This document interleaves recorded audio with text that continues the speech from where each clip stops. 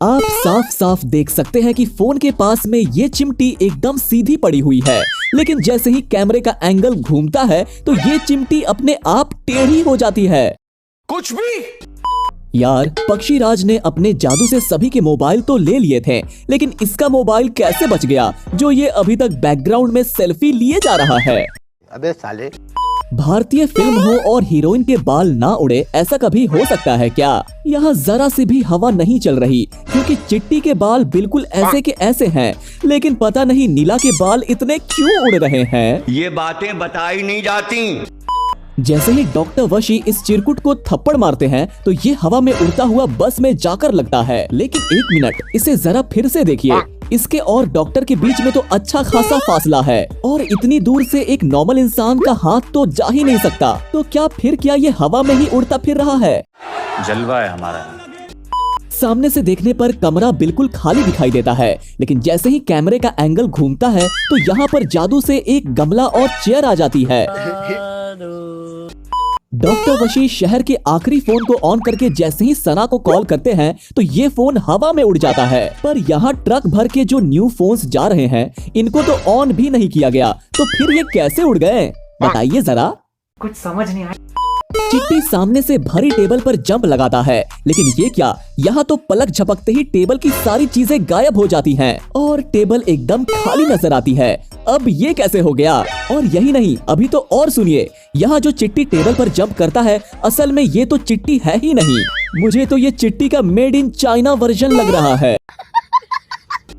यार, ये कैसा तरीका है गोलियों से बचने का?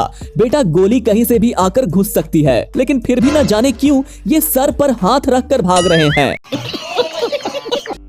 सना को समझ नहीं आता कि सामने वाला इंसान बिजी है, तभी तो कॉल रिसीव नहीं कर रहा, लेकिन ये तो कॉल पर कॉल किए जा रही हैं और ऐसे ही 112 कॉल्स कर देती हैं। यार, सना को समझ जाना चाहिए था ना कि वशी फोन के आसपास नहीं है, पर नहीं, ये तो लगी पड़ी है। वुमेन। ये चाचा गाड़ी में बैठकर बात करते हुए जा रहे थे, पर तभी इनका फोन हवा में उड़ जाता है। पर मुझे ये समझ नहीं आया कि केवल इनका ही फोन क्यों उड़ा, जबकि उनके पीछे तो बाइक वाले भी आ रहे हैं। अरे भाई, ये क्या देख लिया मैंने? पूरे शहर में हाहाकार मचा हुआ है और इन दीदी को हंसी आ रही है। नहीं, मुझे जानना है कि इनके इतने ज्यादा चिल रहने का राज क्या है। यार, अभी तो चिट्टी की बैटरी एकदम भरी हुई थी, लेकिन ईगल को देखते ही इसकी बैटरी इतनी जल्दी खत्म हो जाती है। और यही नहीं, जहाँ जहाँ पर मुसीबत दिखती है चिट्टी की बैटरी डाउन हो जाती है। लगता है वशी सर ने बहुत ही आलसी रोबोट बना दिया है। पैसा बर्बाद बहनचोद। समझ नहीं आ रहा कि ये मोबाइल है या फिर कोई मिल गया फिल्म का जादू का भाई। कभी आते हैं, कभी गायब हो जाते हैं।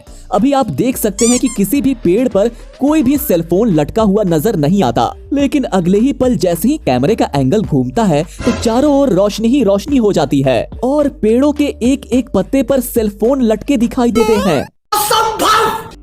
लिटरली इस सीन को देखकर तो मेरी हंसी ही नहीं रुक रही थी। आप खुद देख लीजिए, ये बंदा पुलिस स्टेशन आते ही अपने बैग को उतार कर रख देता है, लेकिन जैसे ही कैमरे का एंगल घूमता है तो बैग फिर से उसके कंधे पर दिखाई देता है, लेकिन सामने से बैग नीचे रखा हुआ दिखता है। लगता है भाई साहब को पुलिस पर जरा भी यकीन नहीं है। नहीं। यार, चाहे इंसान हो या फिर robot, man will be man, क्योंकि चिट्टी और नीला दोनों लोहे के बने हैं। लेकिन जब नीला चिट्टी से टकराई तो चिट्टी बोला वाओ, मतलब सीरियसली, ठरकपन की भी सीमा होती है। सुधर जाओ चिट्टी बाबू, नहीं तो फिल्म के पिछले पार्ट की तरह फिर से तोड़ फोड़ के फेंक देगा वशी तुमको।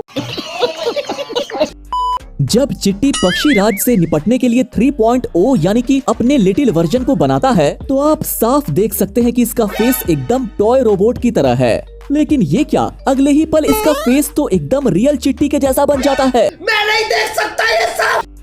वैसे आपको इस फिल्म की कौन सी मिस्टेक सबसे फनी लगी, कमेंट करके जरूर बताइएगा। साथ ही अगर आपको ये वीडियो पसंद आई है तो इसे लाइक करके हमारे चैनल फिल्मी जासूस को सब्सक्राइब करना ना भूलें।